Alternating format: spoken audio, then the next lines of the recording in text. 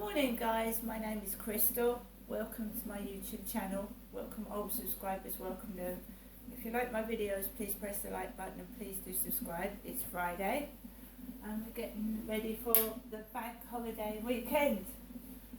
Today's weather looks overcast and windy. As I look out of my balcony window, I can see the tree rocking to and fro and my plants are waving at me in the wind, and my windmills are going around, so I can assume that it's windy outside and a bit nippy. So I've got my jeggings on that I bought from the upstairs in the pound shop in Strood yesterday, and I'm on my own here in my flat with my lovely dog and my two cats. Alexa, good morning. Good morning.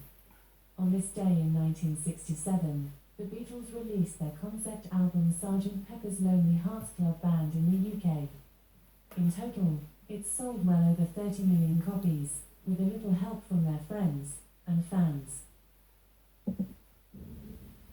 Alexa, how many of the Beatles are alive? The Beatles' living members are Paul McCartney, Pete Best, and Ringo Starr. Their deceased members are George Harrison, Stuart Sutcliffe, John Lennon, Tommy Moore, Norman Chapman, and Charles Newby. Because I remember John Lennon being assassinated in 1980. Alexa, when was John Lennon killed? John Lennon was killed on the 8th of December 1980 by Mark David Chapman. I remember that distinctly, and in 1980 I was 12 years old. In the December of 1980 I was 12. Alexa, what's the time please? It's 8:55 a.m. Alexa, what's the date today? Today is Friday the 26th of May. Alexa, what's the weather like? In Rochester, it's 11 degrees Celsius with mostly cloudy skies. Today, you can expect mostly sunny weather, with a high of 16 degrees and a low of 8 degrees. And Alexa, your daily joke. Why are mushrooms the star of every party? Because they are the real fun guys. Right guys, it's Friday. Yesterday I went out to Strood to get a bit of shopping. I hadn't been out for a while and I don't like it because the world as it is today is a very angry, very frenzied world. People are rushing about, they're pushing people out the way, they're getting angry. The cost of living is expensive. I would rather stay indoors, but as you well know, it must be at least over a year, my prescription used to be delivered and now I have to go and get it. My doctor's cancelled my prescription and now I have to go and physically get it.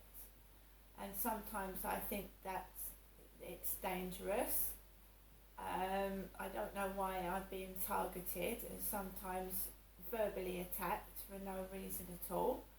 I don't like going out by myself. Sometimes I wish I did have a partner or someone that was there to protect me, but I have to walk across the bridge with very angry people, and I've been not spat at directly but spat near, and I've been shouted at by a delivery driver calling me a stupid bitch.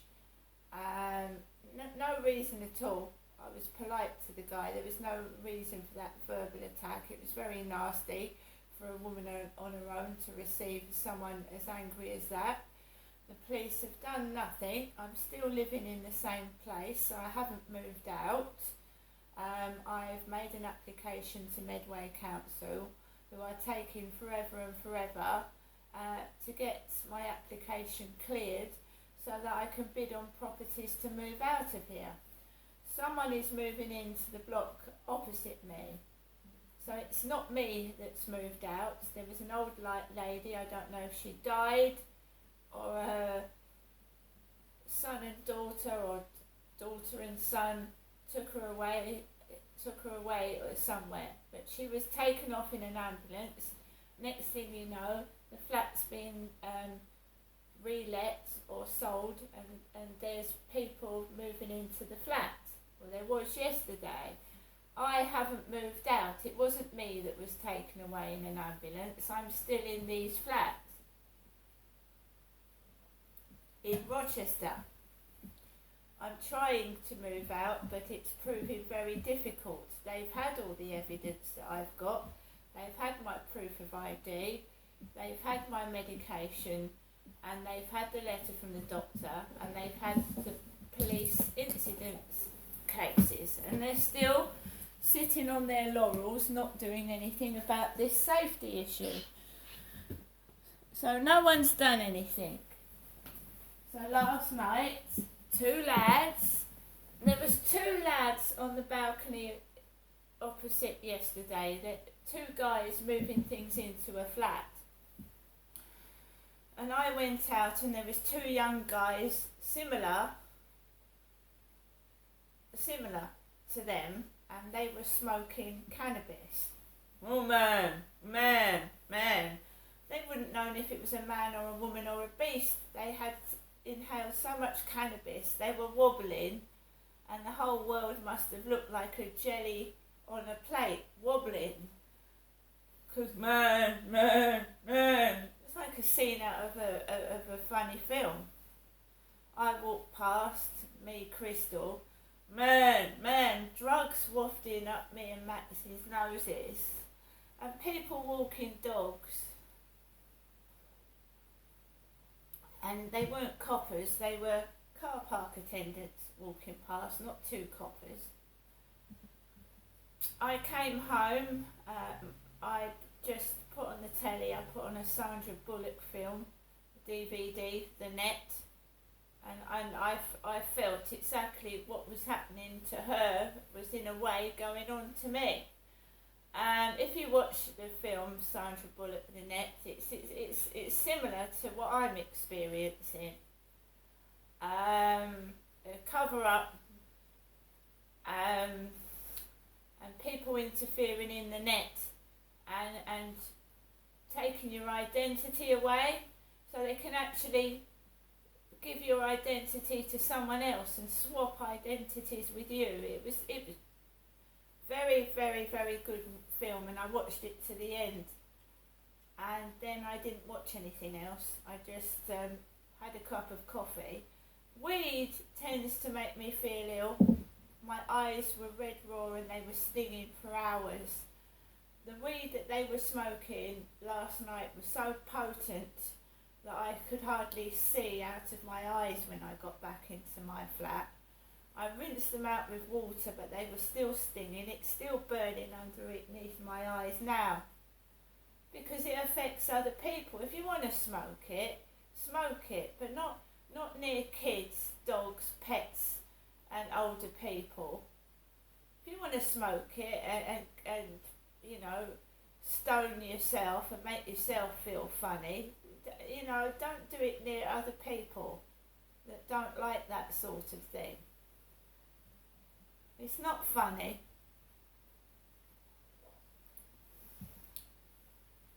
Yeah, so the guys opposite, one of them looked like, there was a guy that used to be in like a hostel with my son, and when I went to the hostel with my son, this guy showed me a picture of pornographic nature. In these hostels here in Chatham and Rochester, they're full of drug addicts, they're full of weed users, cocaine users, and hard drink. We're not talking a shandy here, we're talking vodka and whiskey mixed with cocaine, drugs. And these are the hostels that they put young men and women in that have got troubles, right? So when a young teenager becomes homeless, you know, a 16, 17-year-old, they put them in a hostel, And these kids have got real bad problems, and they're smoking weed, they're taking cocaine, and they're taking hard liquor, vodka, and they mix it all together, and several of them end up in A&E with overdoses. That's what one of my sons was getting involved with down here in Chatham and Rochester. And these young people, they need help and support. They don't need drugs and alcohol.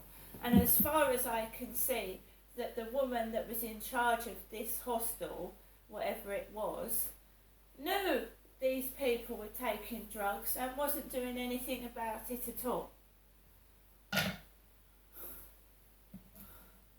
We want homeless hostels and places for disadvantaged youths on their own, like their parents have thrown them out, that they've got problems, the parents don't want them. We want them safe.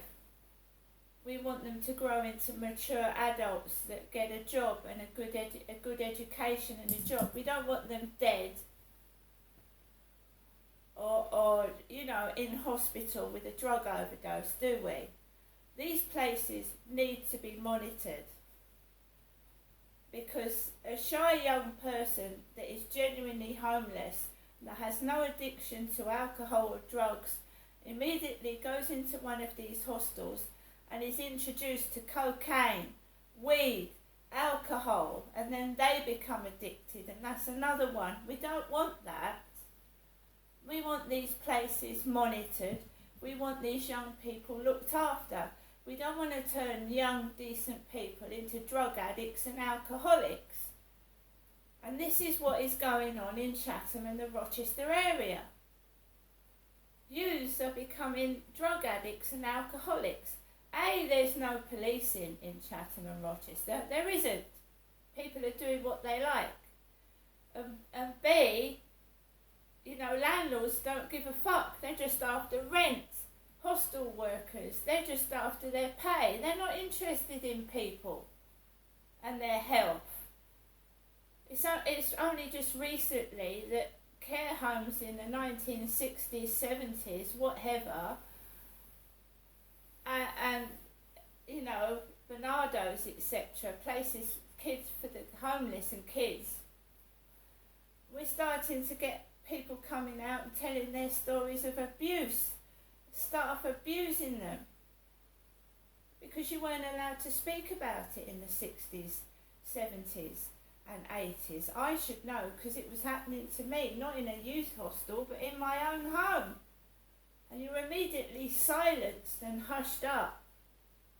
And these perpetrators die happy men or women.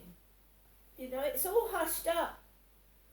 People, the church back then turned a blind eye to it. If you talked about incest, they would tell you to go away. That's dirty. That's a dirty word. Right? We want this world to be a safe place for young people. Not a place where they're learning the behaviour that's going on. We're getting problem people from the 60s, 70s and 80s that have become parents and even the 90s even. They've become parents and they're addicted to drugs and alcohol. So their children are seeing their parents as drug addicts and alcoholics, and they're growing up with the same problem. So that's what's happening. And Charles III is King of England, and at the moment I can't see any change in Great Britain whatsoever. And so is Camilla supposed to be our Queen. We need these young people helped, actively helped. And while all the money is going to royalty and government's wages, there are youths hungry and starving on the street. The world is in anarchy. People are protesting about everything. People are going on strike, and I can't see our king doing anything to stop all this bad behaviour. All I can see is everything getting worse and worse ambulance waiting times, no police when you need one. They don't come out. You're left in danger. You're left in danger. You have to fend for yourself and look after yourself. That guy that came into this building and yelled at me could have attacked me. There was no one there. There's no security. There's cameras in the building. But when you need footage, oh, it's gone missing. Oh, the camera wasn't working. It's all lies. Lies. And I'm sick of lies. While this country is full of lies, no one's going to take it seriously anyway. It's lies upon lies upon lies upon lies. BBC entertainers, paedophiles, sex abusers that have been as TV presenters, right, telling our children what to do. I mean, come on. We're still getting tales of murderers and paedophiles and serial killers not being vetted when they've got jobs. Not being vetted in this day and age. When they get jobs, because people are not doing their jobs properly, they don't give a fuck. Security is paramount. You know, health and safety. You know, fairgrounds, the rides are dangerous. How many people actually are reported being killed or having accidents off of fairground rides that aren't looked at properly? Right? Our kids are the future. We need to keep them safe and away from drugs and alcohol.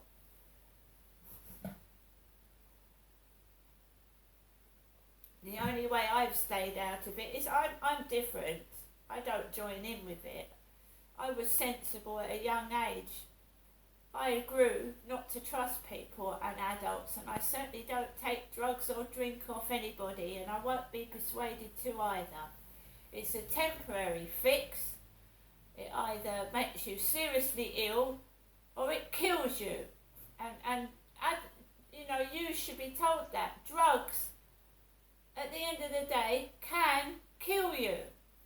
Shut an adult life short. Drug addicts that leave their paraphernalia near their kids are disgusting. There's no word other to describe it than disgusting.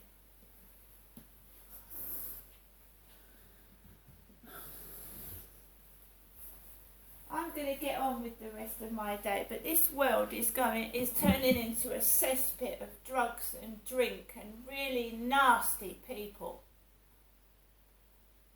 And as a child growing up, I know I was bullied by adults, but how do children feel today? How do they feel today?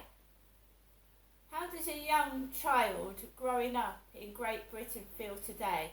When I was born in the 60s and 70s and I was scared as a child to walk the streets by myself, what does a child feel like in Great Britain today? With the mess it's in, especially in London, the stabbings, the weapons in Great Britain, what does a child and a teenager feel like today? Because I'm an adult and I feel scared just to walk up the corner of my street and take my dog on the field. See you later.